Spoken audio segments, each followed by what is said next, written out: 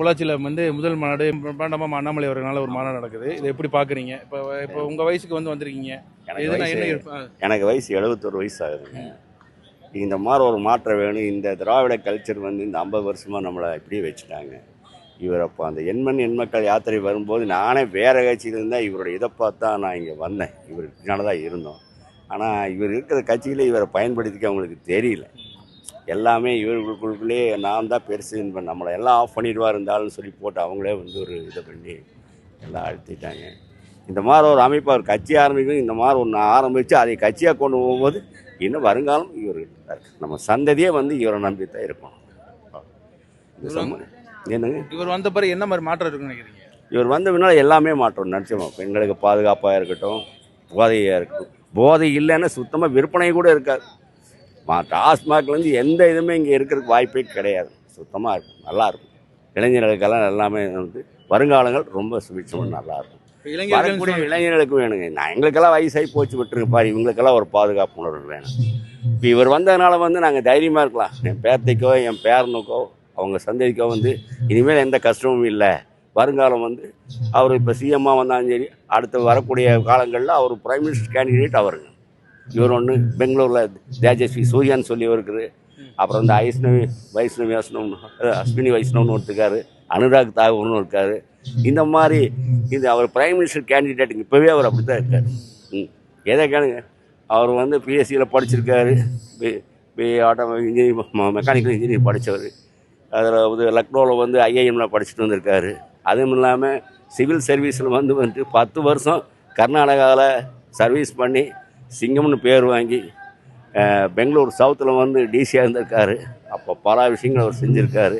கர்நாடக சிங்கம் இந்த தமிழ்நாட்டினுடைய சிங்கம் இல்லை, இந்தியாவுடைய சிங்கமாகவே இருக்க போகிறாரு. ஒரு பக்கம் விஜய் அவர்கள் வந்து இப்போ அவர் வந்திருக்காருங்க, இப்போ இருக்கிறாரு. இப்போ சொல்ல போனாங்க டேக் ஆன் பெஸ்ட்டு, லேண்டிங் எப்படின்னு பார்க்கணும். வண்டி ஓடு காலத்தில் மேலே ஏறிடுச்சு, இறங்க போது தானுங்க தெரியும் நல்லா சேஃப்டியாக இறங்குதா இல்லை எங்கேயாச்சும் எதாவது ஆகிடுதா. அதுதான் சொல்லுங்கள். இவர் வந்தால் ரொம்ப நல்லா போட்டியாக இருக்கும் என்னங்க வருங்காலத்தில். அடுத்த வரக்கூடிய எலெக்ஷனு எப்போ வந்தாலும் சரிங்க, ஒரு அண்ணனா விஜயா இப்படி தான் போட்டி வரும். இவங்கெல்லாம் இல்லைங்க, இவங்கெல்லாம் யாராச்சும் முடிஞ்சு போச்சு. இவங்கெல்லாம் முடிஞ்சிட்டாங்க.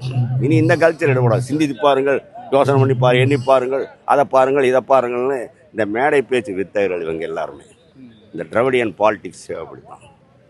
நான் 1970 வந்து துக்ளக் படிச்சுட்டு வந்தவங்க. இந்த எமர்ஜென்சி டைப்பில் வந்து விஜயபாரத்னு ஒரு புக் வருங்க. அந்த புக்கில் தான் வந்து இவங்க நடக்கிற அநியாய குறும்பெல்லாம் அதில் தான் வரும். அப்போ இருந்தே பார்க்குறேன்.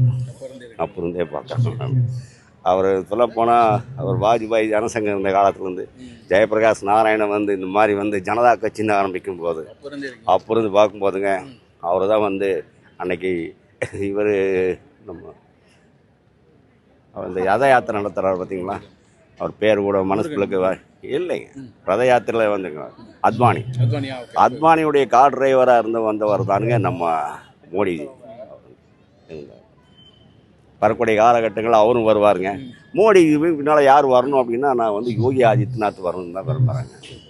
அவர் போனதுக்கு பின்னால் அமித்ஷா வரக்கூடாதுங்க, யோகி ஆதித்யநாத் வரணும். ஏன்னா இவர் கூட கொஞ்சம் காம்ப்ரமைஸ் பண்ணிட்டு போயிடுவார். ஏன்னா அவர் மகன் வந்து அப்படி இருக்கிறார். அவரை கரெக்டாக அவர் ஃபோர்ஸ்னஸ் பண்ண மாட்டார். அடுத்து அவர் வரலாம், இவரும் வரலாம். இந்த மாதிரி நிறைய பேர் இருக்கிறாங்க. நல்லா சுபிட்சமாக இருக்கும். நிகழ்காலம் முடிஞ்சது, வருங்காலங்கள் நல்லா இருக்கும், பாதுகாப்பாக சேஃப்டியாக இருக்கும். அது இவங்களுக்கு மட்டும் இல்லை, கோல் அகில இந்தியாவுமே நல்லா சூப்பராக இருக்கும்.